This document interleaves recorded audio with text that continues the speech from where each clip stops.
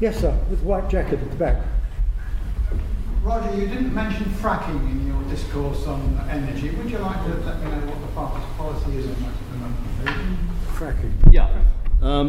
This is one of those tough ones because the green movement has got an awful lot of black propaganda, green propaganda, black propaganda out there. Because the green movement actually hates business, hates industry, hates fossil fuels, and absolutely wants to stop us using them. Now, I wanted to know what the truth was of the shale gas issue, so I've been twice to America and visited two different shale gas fields, one in Pennsylvania and one in Texas. And I've talked to people who live locally, and I've asked what they think.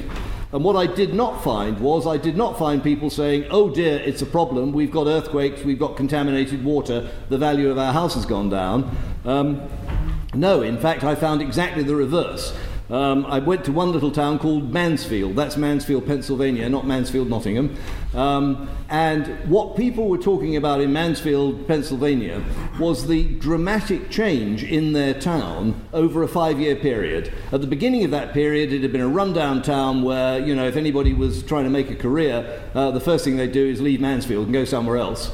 And over the 5-year period, they'd found, as a result of the shale gas industry, they'd found new businesses, new hotels, new restaurants, people in the piping business, in the drilling business. It had completely transformed the prospects. And incidentally, house prices going up, because, of course, new industry brings new people in.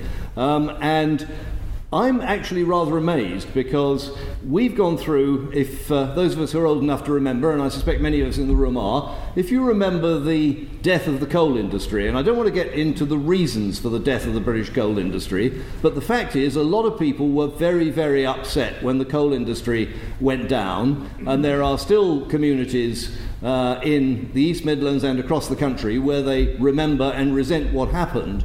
Now, if you look at shale gas, it is safer and cleaner than coal mining. Yes, you get the odd earth tremor, but not as big as you got with coal mining, because coal mining leads to earth tremors. In coal mining, you've got hundreds of men, thousands of men spending several decades underground and getting rather nasty respiratory diseases.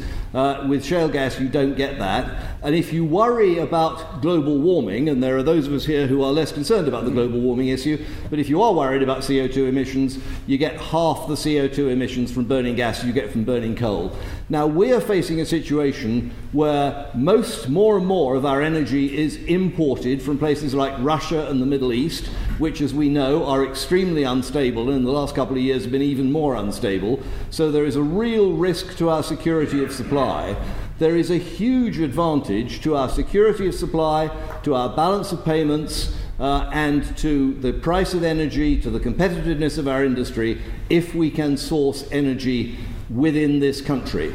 Now, I understand the concerns that people have got, and we certainly don't want to go putting shale gas operations close to people's homes or where they're going to upset people, although I have to tell you, I've got a wind farm within a mile of my house, these enormous turbines, and the wellheads for shale gas that I saw in the States, I've got a photograph on my website actually of me standing next to one, and the wellhead device at the top of the well is about the same size as me. It's about the same height, and it's a sort of aluminium thing with some, well actually it's not aluminium, but a silver coloured thing with a few pipes on. It is much less visually intrusive.